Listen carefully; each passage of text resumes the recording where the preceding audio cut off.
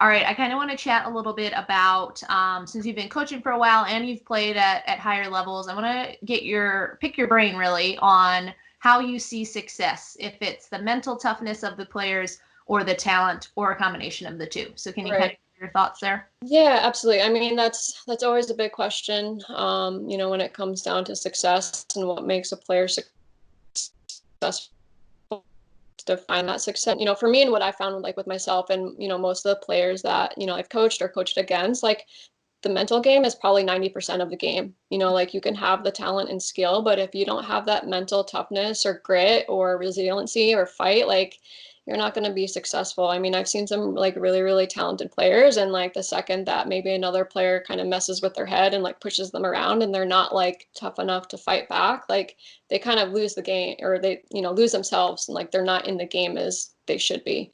So for me, that was a really, really big thing. And I think because, I was a smaller player. I was like 4'11", like in high school, and I would be playing against players like twice my size. Like I had to develop that mental toughness because like players would, and even coaches would tell me like, oh, you're not good enough, you're too small. Like I had to, find that internal motivation, Mm-hmm. to develop that fight and that mental toughness. So it's really, really big. And then as far as like a team's mental toughness, that is huge. It's just that mentality going into a game that like you're prepared, you've done the work, like you can fight through anything. A good example about my team this past season. So we had a pretty tough non-conference schedule, played against a couple like top 25 teams, and number one, Messiah being one of them. And we knew they were number one going into it. They're an amazing, amazing program. Scott's done such a great job with them.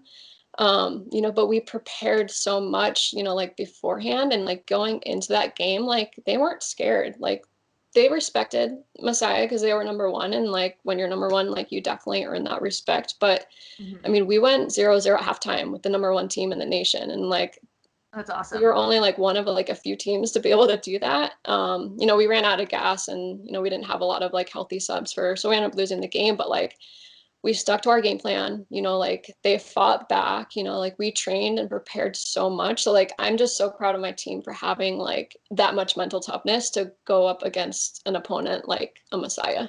Yeah.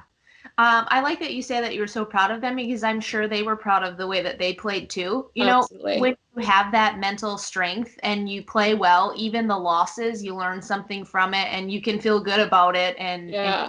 for the next one. Yeah, absolutely, for sure. That's super cool. I like Yeah. hearing stories like that. Yeah, we definitely look back at that game, and like we don't look at the score. We just like we look back at the like the effort and the resiliency that we did have. It was pretty Yeah. cool. Yeah. And you hung with them. Like that's always Yeah.